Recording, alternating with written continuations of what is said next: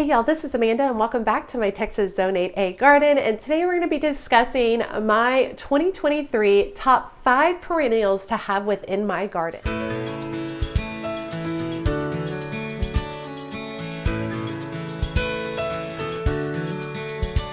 Okay, let's get real. I have not grown every perennial that ever existed, right? And I only grow perennials that are appropriate for my particular zone, Zone 8A in North Texas. So today I'm going to go over my top 5 perennials to have within my garden this year. The ones I'm really excited about, the ones that I've grown for multiple years, and the ones that are tried and true in my garden. And then I'm also going to back that up with 3 additional perennials that are going to be newer to me this year that I'm excited about growing in my garden, but I don't have a ton of experience with them. Number 1 is coneflowers. Coneflowers are something that I kind of just discovered over the last couple of years, and then last year I kind of became obsessed with them, and now going into this 2023 gardening year, I hope to add a ton more to my garden. Here's the deal with coneflowers. If you like Shasta daisies, there's a really good chance you're going to like coneflowers. I actually love the look of Shasta daisies, but I don't actually enjoy growing that plant in my garden. They don't do as well in my garden. Maybe I'm just not into them. Maybe I feel like they're just too bland. But I've kind of now discovered coneflowers, which have a similar look to Shasta daisies, but they're hardier, more tried and true, and I actually love their look a little bit more than what I've seen with Shasta daisies. Now, don't get me wrong, I got a couple of Shasta daisies that I'm trying in the garden this year. I'm trying again. Every year I'm kind of meh about them. But going back to coneflowers, last year I added 6 new coneflowers within my garden, and I really hope to do that again this year. I would really like to add a lot more orange or red tones of coneflowers. Last year I added white, I added some green twister, I added super duper Paradiso double coneflower that I grew from seed, which is absolutely beautiful. And actually that green twister I grew from seed as well. And so both of those plants were their first year, and they actually gave me blooms that year. So I have big expectations for this next year as they're perennials in my area, and I expect a lot of blooms from them. And then I had a couple of varieties that I got from Monrovia and that I tucked into the garden at the very end of the season because I got the varieties on clearance. Coneflowers take full sun. They're very hardy blooms. They are going to get bigger and bigger and bigger for you every year. They can grow up to almost 36 inches. They're excellent cut flowers. They're even beautiful once their blooms have kind of subsided. Once their leaves start falling off, they make these kind of beautiful pods that are absolutely gorgeous to utilize in arrangements or to leave within your garden for fall and winter interests. So far, I haven't noticed a lot of disease with coneflowers, but like I said, I've only been growing them for a few years. But I am very excited. They've been very hardy in my garden. I neglect them and they do beautifully. So I can't wait to add more to my garden this year. Number 2 on my list is Salvia. Now, believe it or not, I don't actually grow a ton of Salvia in my garden, but I do have 3 plants that are in my garden that have been there for years. And unfortunately, it's taken me years to realize how easy these plants are to grow, how much beautiful color they give me. They're kind of very, disease and pest resistant. They come back year after year. I neglect them every year, and they do wonderful and get better for me each year. So this year for 2023, I would like to incorporate more Salvia throughout my garden. I actually got some recent Salvia perennials from Bluestone Perennials. I got them out in the fall, got them planted up, and they're already in my garden ready to go for this new season. Salvias come in a wide variety of colors and kind of shapes as well. They're typically known for multiple flushes of blooms. So you typically get a spring flush, you can cut those back, and then potentially get a summer and or fall flush as well. So they are known for being really hardy perennials that you can get a lot of bang for your buck with them. Like I said, they are typically disease and pest resistant. They grow really well in my particular zone, Zone 8A. They go very well in a wide variety of zones. I have them in full sun and part sun. So I do have some that get a little bit more shade than others. I will say those plants tend to be smaller, but they're still prolific with the amount of blooms that they show. So I have a lot of purple, white, and red in my current garden salvias. I would love to look for something that's more of a magenta pinkish tone to utilize in my space. I'm not familiar with a wide variety of salvias, so I'm really going to be on the lookout for this year to add more of these to my garden. Third on my list is Phlox. Now, I have a couple of varieties of phlox that I grow in my backyard, and they are phlox that I utilize as a cut flower for my arrangements. Most of my phlox blooms very early in the season, so very early in the spring, and then they don't give me all that much throughout the summer. What I'm wanting to do this year with my phlox is really pay attention to them and make sure I'm cutting them back so I can get multiple flushes throughout the entire growing season. I did install a couple of new varieties of phlox from Proven Winners last summer, I believe. One of them I already lost. It just didn't make it even through the fall season, but the other one, which I believe is called Backlight, I'll put the name down low.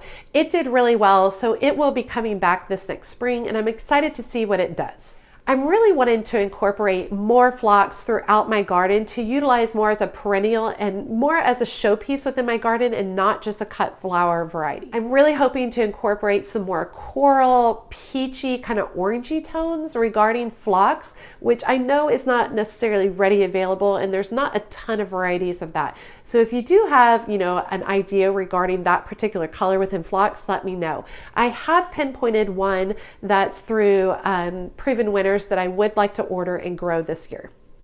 All of my phlox is in full sun. I pretty much, once again, ignore them. Things that can be ignored in my garden do really, really well. I don't love a lot of high maintenance plants. So truthfully, if it's a high maintenance plant, I'm more likely to pull it out and give it to a neighbor. I don't typically will keep it in my garden if it's going to take a lot of my time and focus. But phlox does really, really well. My phlox has tended to be very disease and pest resistant as well, which is always a bonus in my garden. I have never had to treat them for anything, which has been fabulous.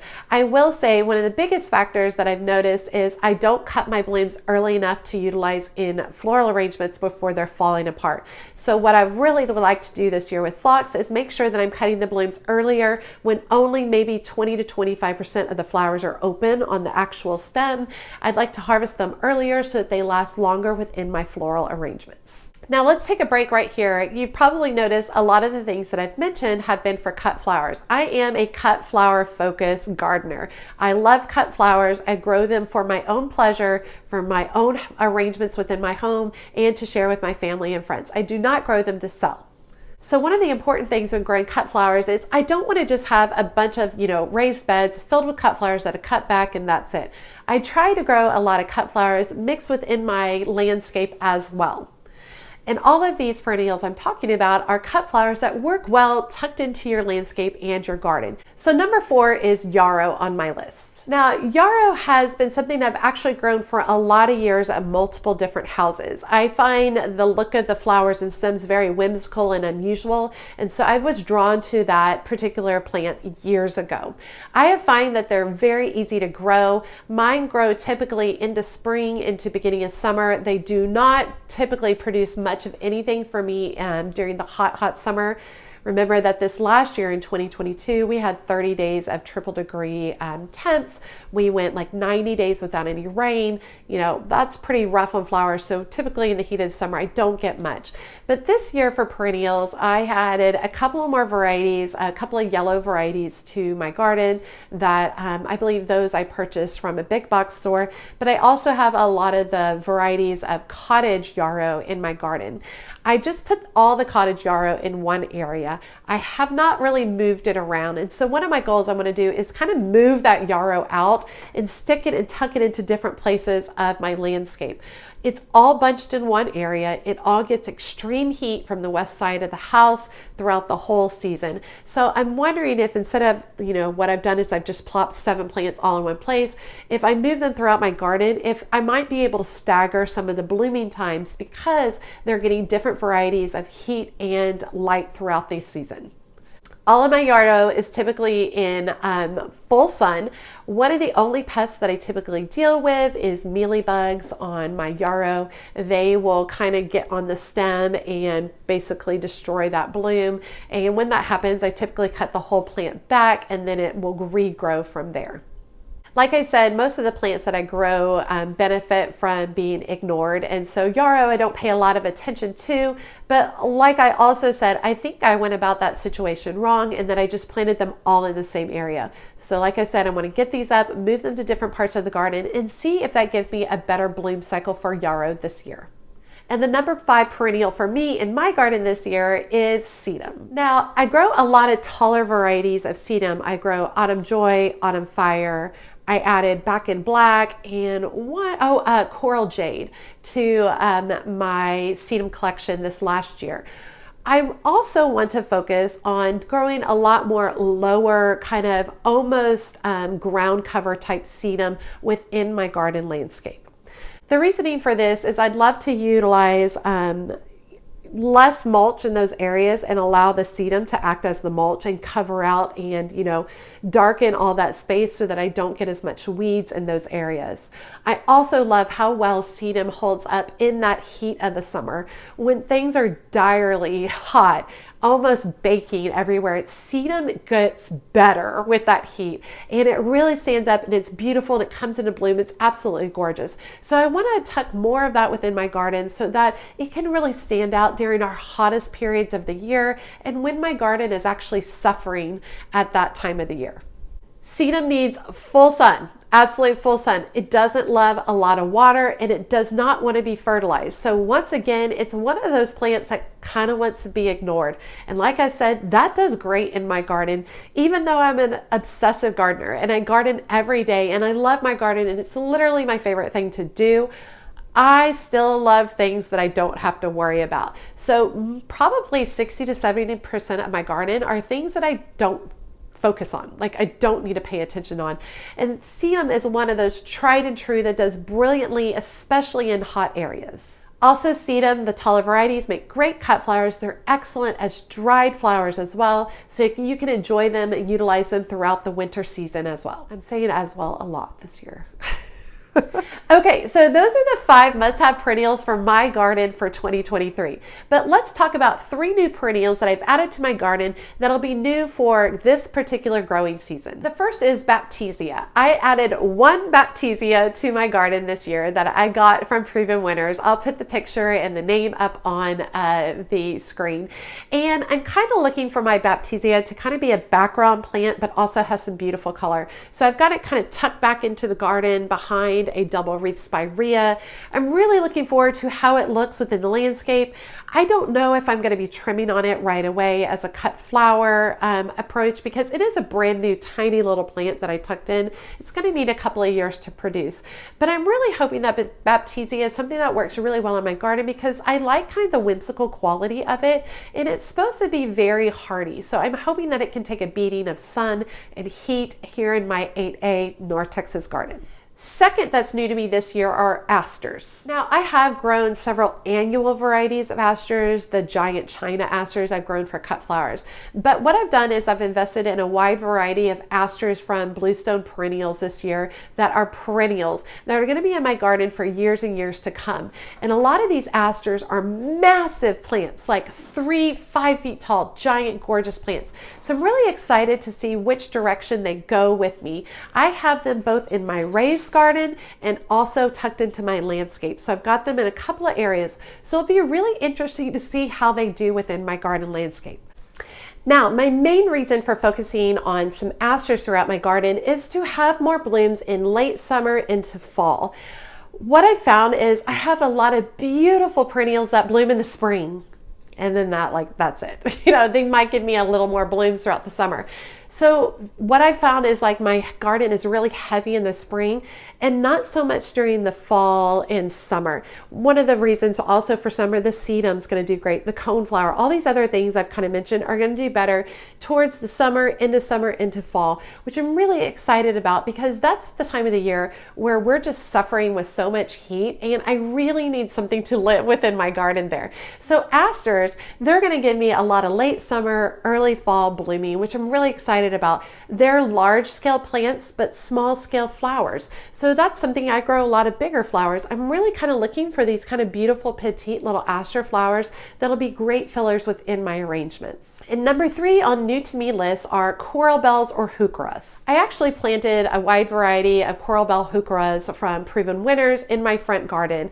I focused on purple tones and kind of black tones within that front garden. I planted them in kind of late fall.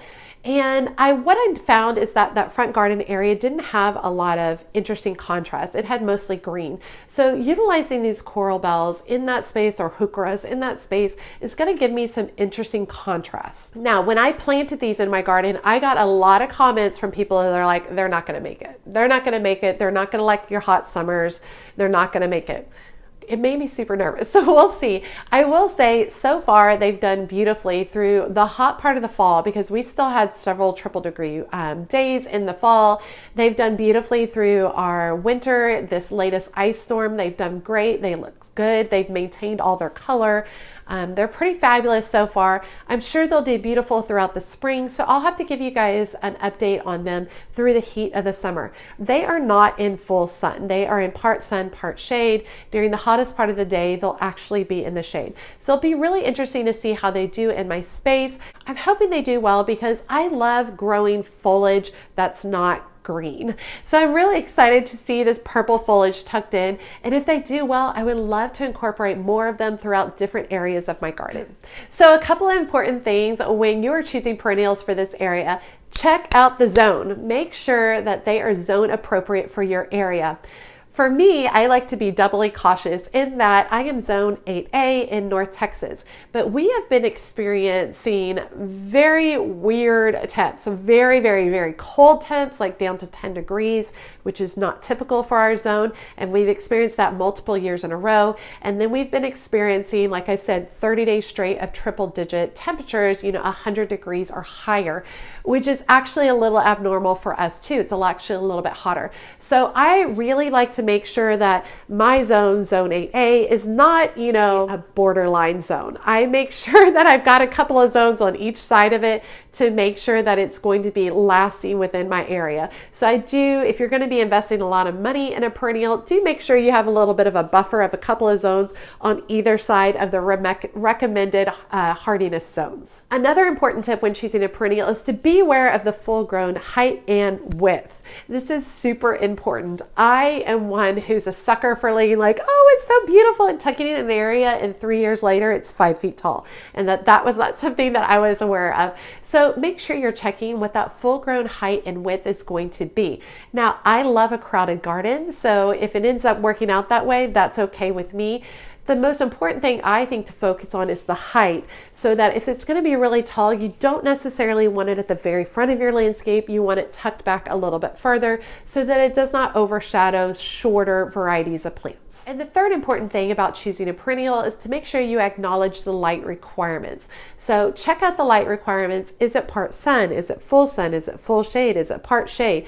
Check out those requirements and make sure that you're choosing a plant and placing it in an appropriate place for the amount of light that it requires. Quite frequently, I get excited, I'll tuck in a plant, and then when it dies in 3 months, I'm like, oh, it was supposed to be part sun, not full sun. So that's something that's really important. We always joke about here in Texas that there's nothing like Texas sun. It's just a different degree of Texas sun. So while something might say full sun in Texas, and you're buying it in Texas, you're planting it in Texas, full sun in Texas is different than full sun in other places, because full sun in Texas means it needs to be able to fry during the summer. It needs to be able to take some super intense hot sun.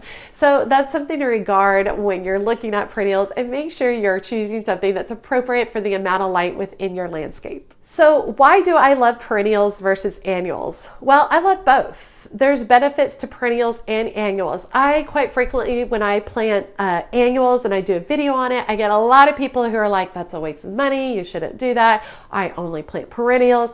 That's great, y'all. I'm a big proponent of doing what's great for you and your garden. I'm just sharing what I'm doing in my garden. And I love annuals. I love them for their big bursts of beautiful color.